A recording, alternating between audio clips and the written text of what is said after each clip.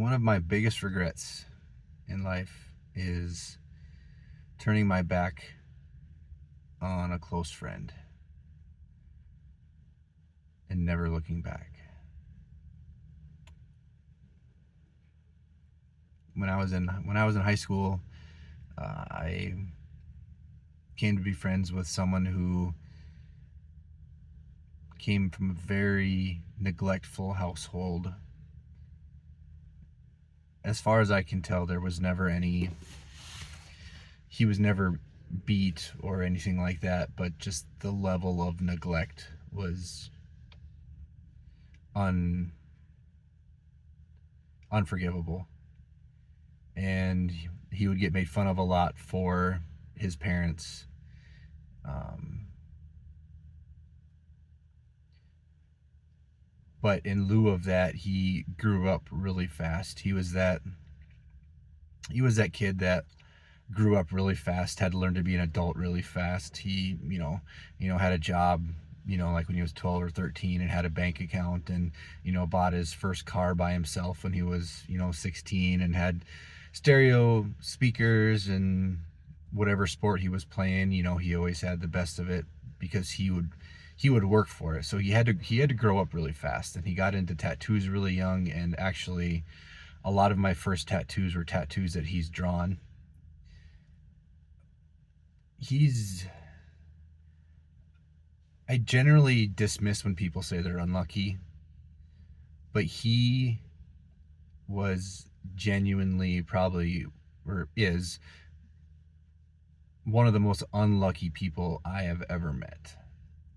Things would happen to him for no reason. Just awful things would just happen to him, whether it be personal illness or family members dying or marrying the wrong person, or things happening with his child, or just he was genuinely a unlucky person. Like, just regardless of how right he did things or how hard he tried. Granted, he did make some dumb decisions, um, and maybe not dumb, but just naive, trusting people. But he was just unlucky. Like, bad shit always happened to him, and we got kind of close. We got close. We did get close in high school. He was a good friend of mine, but he always had this darkness to his personality. It was joked about a lot when he wasn't around that he would be someone who might shoot up a school, or he might commit suicide, or he might just he had this like scary dark side about him. He was just very misunderstood, very very misunderstood. And as a high school kid that was petrified of his friends, it was really hard to let other people know that I did like him very much, and we were very good friends and close. And I got him and he got me.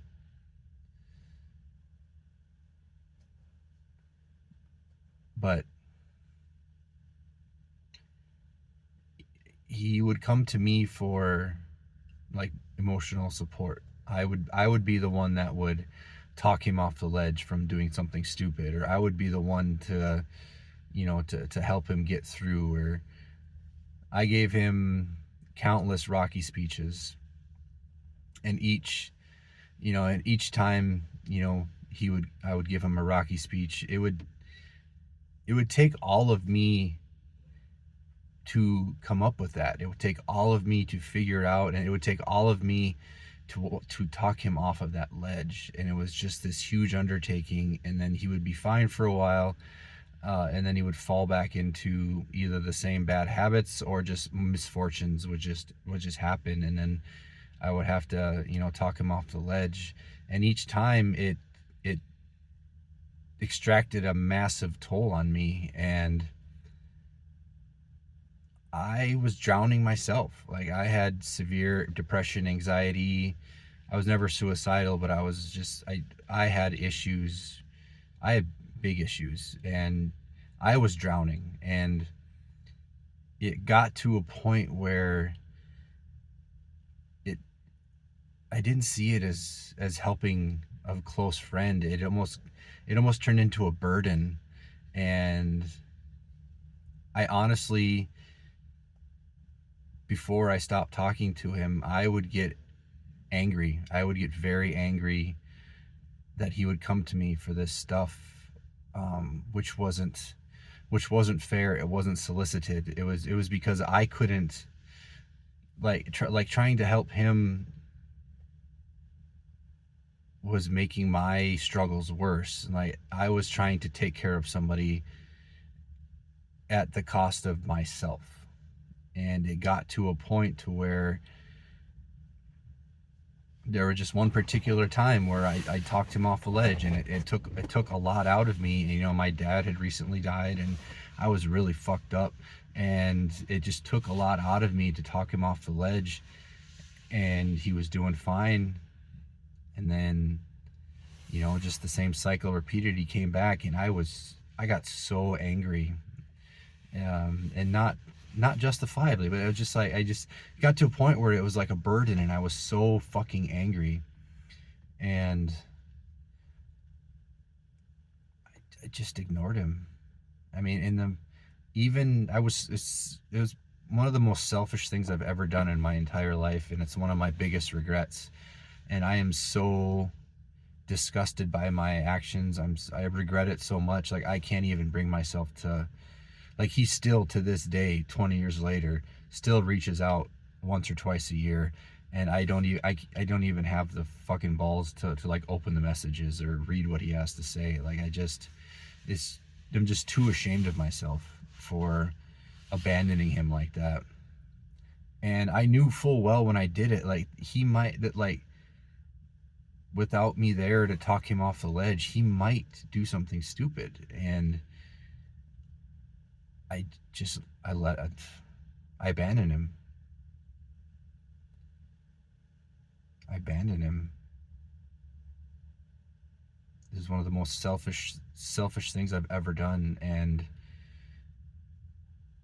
it weighs heavy on me to this day. And I don't know if I'll ever have the balls to tell him why. Because it's probably been 15, 20 years since I acknowledged him, and he still reaches out. Maybe that's maybe that's a testament that I wasn't as important as I thought I was. Like maybe I held myself in too high a regard, that I was the only thing keeping him afloat. And then clearly after I abandoned him, he stayed. He didn't end it. He kept fighting, so he's still around. So maybe I was putting way too much pressure on myself, or maybe I was thinking too much of myself, that I was this grand savior, and it turned into a burden.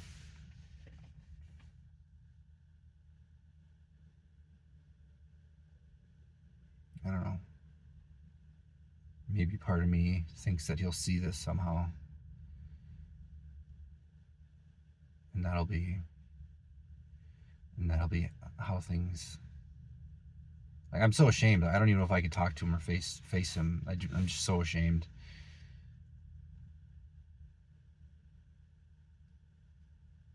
I don't know. Maybe that's where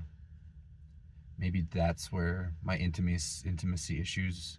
Maybe that's where my inability to trust or to let people get close. Maybe that's where this comes from.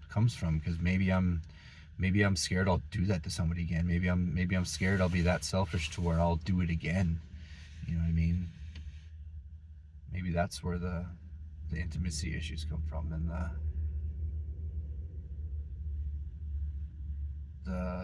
it's just impossible to let anybody in and get close. A friend of mine watched my old video that I also knew from a long time ago, and he said that he was just kind of surprised about how I actually feel as opposed to how I present myself. And it's just this proof that, like, I don't think I've shown anybody me. I don't think anybody, not my wife, not my daughter, not my brother, like, I don't think anybody has seen me. because I am so petrified of rejection. I'm so petrified of offending somebody. I never want to offend somebody. I never want to make somebody mad. I never want somebody to dislike me. I never want to be rejected for what I believe. So I honestly don't. I'm 41 years old. I literally don't think anyone has seen me. And when he said that, that was just like this reflection of, yeah, I don't even know if I could do it. It's just like recently, I would like, in my head, I would like run these like scenarios to where, what if I actually told that person what I actually thought? Or what if I went to the gym and acted out the mood I was really in? Or what if when I went to work, I told the person at work how I actually felt about them, about what they were doing? And the overwhelming response was always, well, then they'd be hurt, or then they would be mad at me, or then they wouldn't like me. And then that instantly leads to, I need to suppress all this stuff.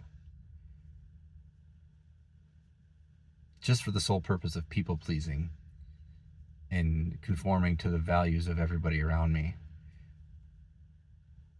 There are people in my life to whom I really enjoy their company, but I know for a fact that if I were to say things to them how I actually felt, or in situations or in moods that I was in, like I don't think that they would be my friends. Like I wouldn't want to be, just the shit that pops in my, like how I want to react to my initial response to things, situations, words, people, work. Like my initial response is just awful. And I suppress, I never ever say what's on my mind, what's actually on my mind, because I am so petrified that I will offend or hurt somebody, or somebody won't like me.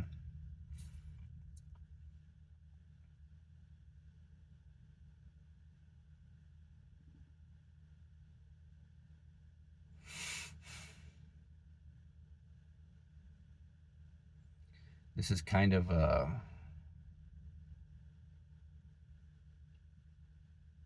experiment. In therapy, I learned that I was scared of being vulnerable. I never allowed myself to be vulnerable in front of people, sharing my true feelings and emotions, being emotional. Like not even my wife or my daughter. Like I just suppress all that stuff. I will not allow myself to be vulnerable. And I thought maybe since I won't be going to therapy for this stint here,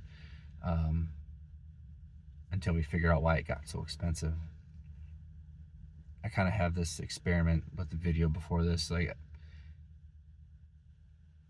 maybe if I just make myself utterly vulnerable and put shit out there that no one's ever heard me say before, no one's ever put out sides of me that no one's ever seen before, without the purpose of getting attention, or without the purpose of getting empathy or pity or whatever, just completely tearing the door off, and just whatever wants to fall out, it's gonna fall out. Like I had no, when I woke up today, I had no ambition of talking about my friend that I left behind. It just came to my mind. I'm like, that would be a very good thing to be vulnerable, because that's one of the worst things I've ever done to somebody. And I knew it was on purpose. Like I knew what I was doing. It wasn't like on accident. Like I knew what I was doing. So this is all kind of an experiment. Just being vulnerable and seeing if that helps ease some of the pressure. Makes it easier for me to process things and move forward.